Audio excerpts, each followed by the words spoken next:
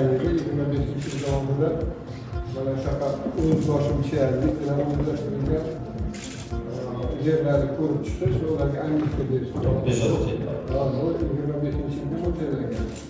Mani nazarimda yil davomida birorta ularga ruxsat berilmadi. Undan tashqari bizda yana saylovchilardan uchrashuv bo'lgan paytda shu masala ko'tarildi. Nima holat bo'lgan? Endi asosiy 2025-yil 9 oyda boshqarma tumanlar bo'limlaridan jismoniy shaxslardan 4206 murojaat kelib tushgan. Yuridik shaxslardan shundan 1149 tasi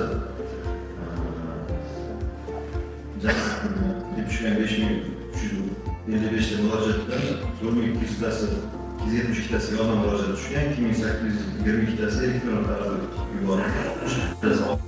Asosiy murojaatlar kiritilgan.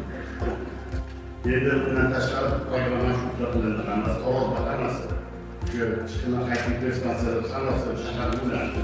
U yer odam qanaqasidan ketdik, to'g'ri program ochgani yo'q. Shu to'g'ri o'qiyotgan hamma taqdirlik tarixda hamma to'g'ri boryapti.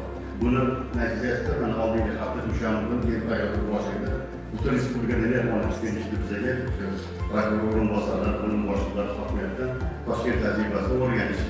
Barchamiz xabaringiz bor, davlat qonunidan yangi Kamolon shahar hokimiga tashkilotlar chog'ida Bunyodkor ko'chasida tashkil etilgan turizm ko'chasi bilan tanishadilar hamda o'sha yerda yagona kod dizayn qanaqa biz ko'rayotganimiz to'g'risida axborot bergandek xuddi shu ishni qolgan barcha ko'chalarda biz tashkil qilmoqchimiz. Ya'ni har bir turizm ko'chasida kod dizayn, ya'ni tashqi ko'rinishi masalan hammasi bir xillashtiriladi.